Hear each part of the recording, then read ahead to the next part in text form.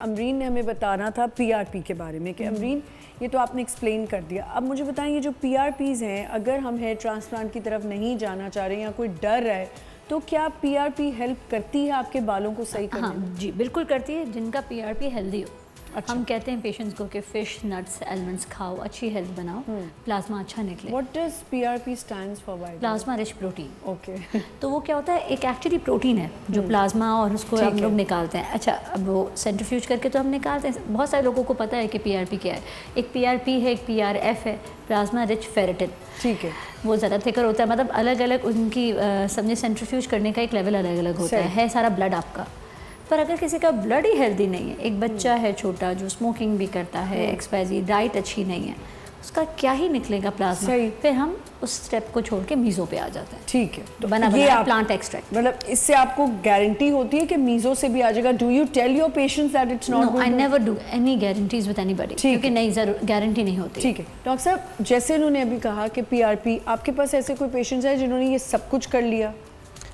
Yes ma'am, basically जब patient हमारे पास present करते हैं तो दो कंडीशंस में प्रेजेंट करते हैं जी। एक वो होते हैं कि ऑलरेडी जो अपना इतना वॉल्यूम लॉस्ट कर चुके होते हैं कि उनके लिए अब solution is the only hair transplant, क्योंकि लॉस्ट वॉल्यूम जो है और वो फॉर गुड 3-4 ईयर्स है, तो वो जो रूट्स हैं अब उनका बहुत कम चांस होता है कि वो रीजनरेट होंगी और वहाँ से आपका नया बाल आएगा। Then we have to go for hair transplant.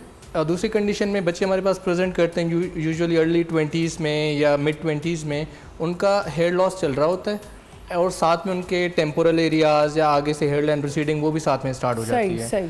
So in that phase हम फिर दोनों चीज़ों पे जाते हैं। पहले हम उनके हेयर रेस्क्यू सिस्टम पे जाते हैं कि ये जो एक्टिव हेयर फॉल है इसको हम कंट्रोल करें, और आफ्टर दैट पीरियड 1 मंथ, दो महीने के बाद जब उनका हेयर लॉस जो कि बहुत फ्रीक्वेंट हो रहा था, जब वो रिड्यूस हो जाता है, then we can plan hair transplant. तो यूजुअली ये सारी चीज़ें करा के भी बहुत से लोग आ जाते हैं, पीआरपी के सेशंस ले चुके होते हैं। अब पीआरपी से ये होता है कि आपका जो एक्टिव हेयर फॉल है वो तो रुक जाता है, लेकिन जो लॉस्ट वॉल्यूम है उसके आने के बहुत कम चांसेस होते हैं, और वो डिपेंड्स के पेशेंट कितना जल्दी या कितना लेट प्रेजेंट करता है। एक और बात मुझे बता दें कि मैं 1-2 मैंने ऐसे पेशेंट्स देखे, लोग देखे जिन्होंने हेयर ट्रांसप्लांट जाके बाहर से करवाया पर आए नहीं बाल उसके बाद। अच्छा देखिए मैम, हेयर ट्रांसप्लांट में सबसे इम्पॉर्टेंट इसके पेशेंट के फैक्टर्स क्या हैं। ठीक है। अब ऐसा नहीं हो सकता कि A, B, C 3 पेशेंट मेरे पास आए हैं, तीनों के रिजल्ट्स आउटस्टैंडिंग आए या तीनों के रिजल्ट्स इक्वल आए या तीनों के ख़राब आए। ठीक है, उसमें मल्टीपल फैक्टर्स हैं, उसमें टेक्निक, सर्जरीज वगैरह, डॉक्टर सिलेक्शन ये भी आ जाती हैं, लेकिन पेशेंट के अपने फैक्टर्स क्या हैं, पेशेंट स्मोकर है या नहीं है, ठीक है, पेशेंट का जो लॉस्ट वॉल्यूम है, ठीक है, और उसका जो डोनर एरिया है वो एक दूसरे को कंपनसेट करेंगे या नहीं करेंगे। अगर मिसाल के तौर पे एक पेशेंट मेरे पास आता है, उसको 8000 ग्राफ्ट्स की ज़रूरत है, लेकिन जब हम उसका डोनर एरिया चेक कर रहे हैं जो कि आपके कान के बराबर वाला सारा एरिया होता है, तो उसमें हम हार्डली उसमें से 3000-4000 बाल निकाल सकते हैं। तो अब ऑफकोर्स अब बालों को अब स्प्रेड करके लगाना पड़ेगा, ठीक है, तो उतना वॉल्यूमाइज वो नहीं हो सकता।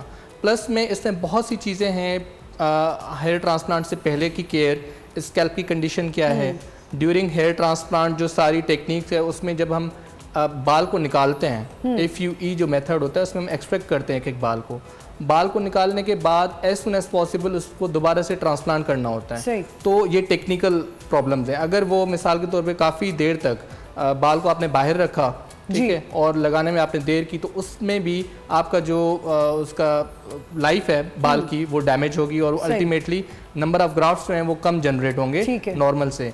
और ऐसे ही पोस्ट केयर है, हम पेशेंट्स को बहुत ब्रीफली एक्सप्लेन करके फिर ब्रीफली भी समझाते हैं, लिख के भी देते हैं। क्योंकि मैंने ये भी सुना है कि आप जिम भी नहीं कर सकते कुछ अर्से तक। जी, उसमें मैम ये है कि अर्ली आप कोई भी सर्जरी कराते हैं, ठीक है, तो उसमें वैसे भी बिकॉज आपके बॉडी में हीलिंग प्रोसेस स्टार्ट हो जाता है।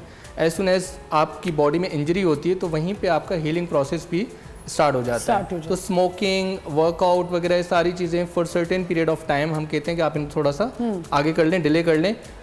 स्मोकिंग में भी यही है कि आपकी वेजो कंस्ट्रक्शन होती है, कोई भी ऐसी चीज़ आप कर रहे हैं, हाँ, कोई अल्कोहल या कोई भी चीज़ 2 हफ्ते के बाद आप स्टार्ट कर सकते हैं, लेकिन ऐसे नहीं है कि आप अग्रेसिवली आपने जाके वर्कआउट शुरू कर दिया। आप आहिस्ता आहिस्ता से फिर रूटीन में चीज़ें स्टार्ट करते हैं। तो यस, पोस्ट केयर में ये तो चीज़ें आ ही जाती हैं, लेकिन उसके अलावा हम मेडिसिन देते हैं जो उनका लेना दैट इज़ वेरी इंपॉर्टेंट। उसके बाद हम स्लीपिंग पोजीशन पे बहुत पेशेंट्स को समझाते हैं कि इस तरह